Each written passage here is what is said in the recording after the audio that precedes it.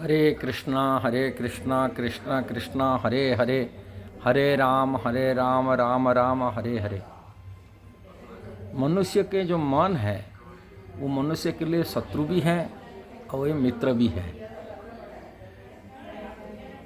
ये मन ही हमको तनावग्रस्त ही होता है, मन ही रोगग्रस्त भी करा देता है और मन ही व्यक्ति को बर्बाद भी करा देता है, नरकगामी भी करा देता है, ये मन ही।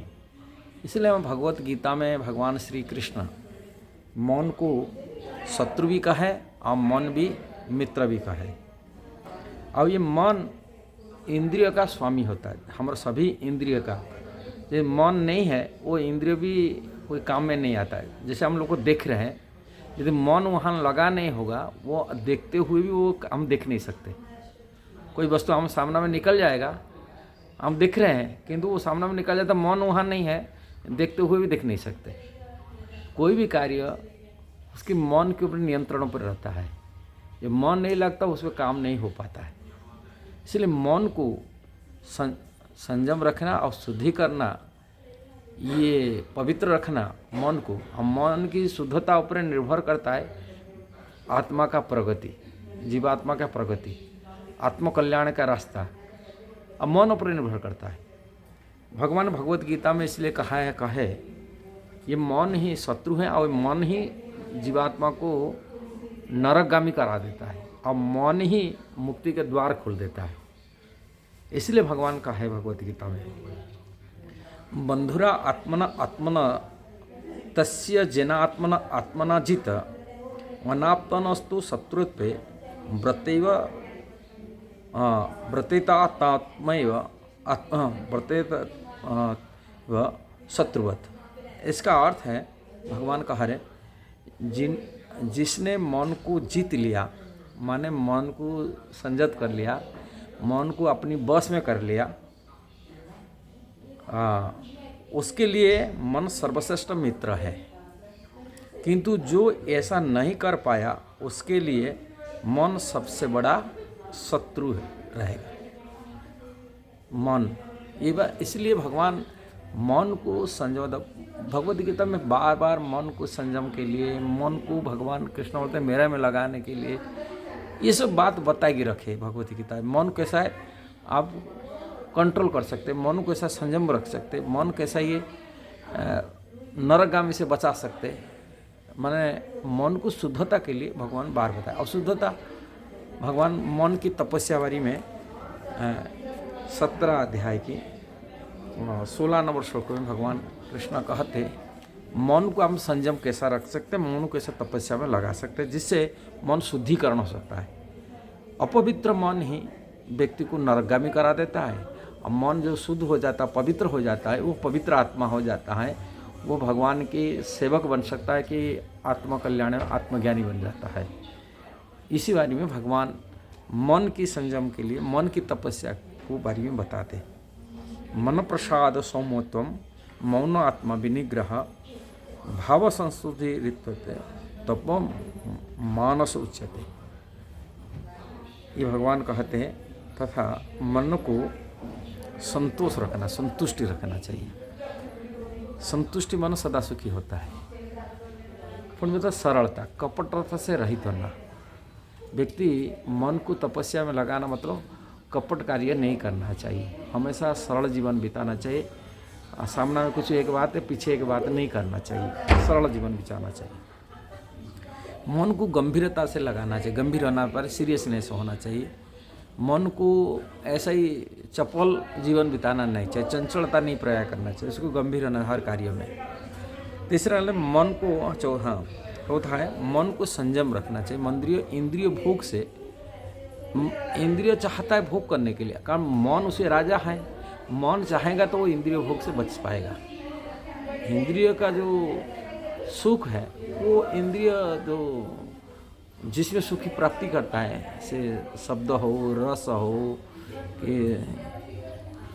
जल स्पर्श हो, जो भी सुख इंद्रिय द्वारा जो प्राप्ति होता है उसमें राजा इंद्रिय मन है।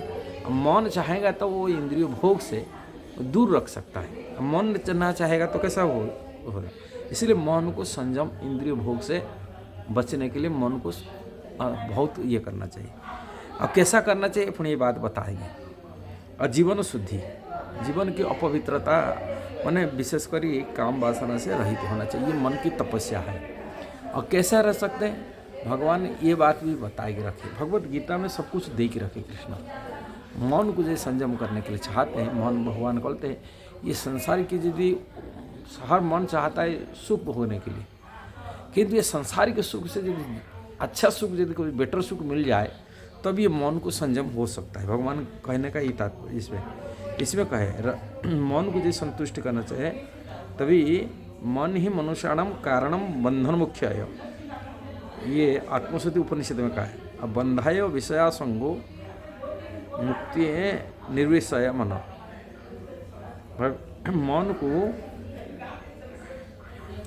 मन ही मनुष्य का बंधन और मुख्य का भी कारण है।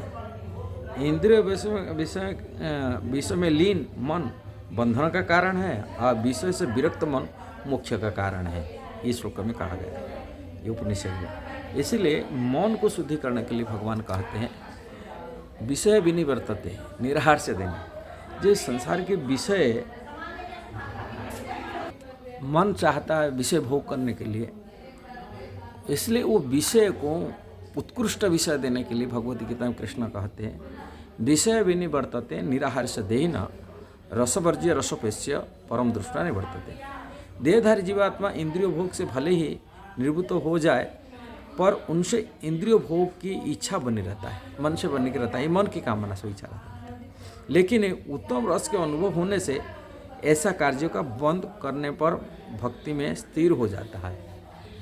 यहाँ कहने का भगवान तात्पर्य यदि उत्कृष्ट रस हम कुछ आस्वादन मिलता है तब ही जाता है। वो कैसा हो सकता है, कृष्ण भक्ति में। इसलिए कृष्ण मन को हमेशा कृष्ण में लगाना है, कृष्ण की सेवा में लगाना है।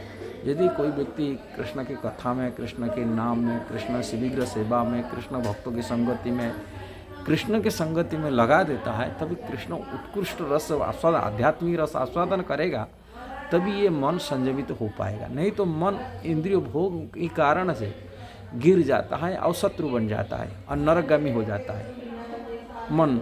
इसलिए मन को हमको कृष्ण भावना मूर्ति में संलग्न रखना। जैसे प्रकार अम्बरीश महाराज जी कथा आता है, उन्हें मन को अपने इंद्रिय को लगाए रखे। कारण इंद्रिय का तो मेन मन है, मन लगने के तो कार्य होगा, इंद्रिय कार्य करेगा, नहीं तो इंद्रिय भी कोई एक्टिविटी नहीं हो पाता है, मन के कारण से एक्टिविटी होता है। हम मन को कृष्ण में लगाना है, किसी प्रकार की मन को संसार में न लगा कर कृष्ण की सेवा में लगाना, वही है मन की संयम का मुख्य आधार है। यही है साधन है मन को कृष्ण की सेवा में लगाने के लिए। इसलिए कृष्ण की सेवा में तरह तरह सेवा भक्तों से, जो भक्ति कर रहे, सेवा कर रहे हैं, उनसे संग करके कैसा कृष्ण को मन में लगा सकते हैं, उनसे हमको प्रशिक्षण प्राप्ति करना चाहिए।